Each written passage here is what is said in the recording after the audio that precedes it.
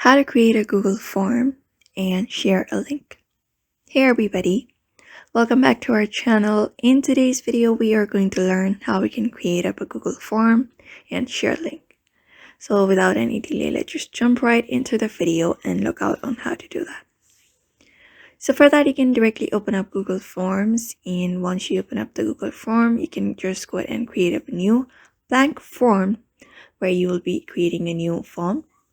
So under this section, you'll be finding this interface. So you can directly find this section where you need to enter up a description in the first option. So you can add up a title for your particular form. For example, I'm just typing in something random for now, party suppose. After that, you can add up the questions into your form. So you can write up the questions, and after you have written up the questions, you'll be finding different options available. So you can use of that options in order to, edit out your form, like having multiple choices, check boxes, and different options. Along with that, we can also add up options up to how much you like.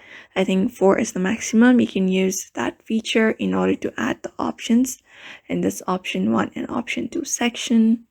And you can also add a picture if you want. Along with that, we also have different options available. So you can add up to how much questions you want in that particular form. And once that is done, once you have created up your form, in order to share it, once you have done this, along with that, we have different options available. So in order to share it, at the top corner, you can find publish option. And along with that, we have that option called person right here. So after the video is published, the form is published, you can use of that published option. You can go ahead and click on it, and there you'll be finding a responded link. You just need to go ahead and share the link according to your messaging sections, like any form of messaging, you can share that form. Otherwise, we also have a share option. You can use that one right there. So that is how you share and create a Google form. So I hope this video was helpful to you, and thank you for watching this video.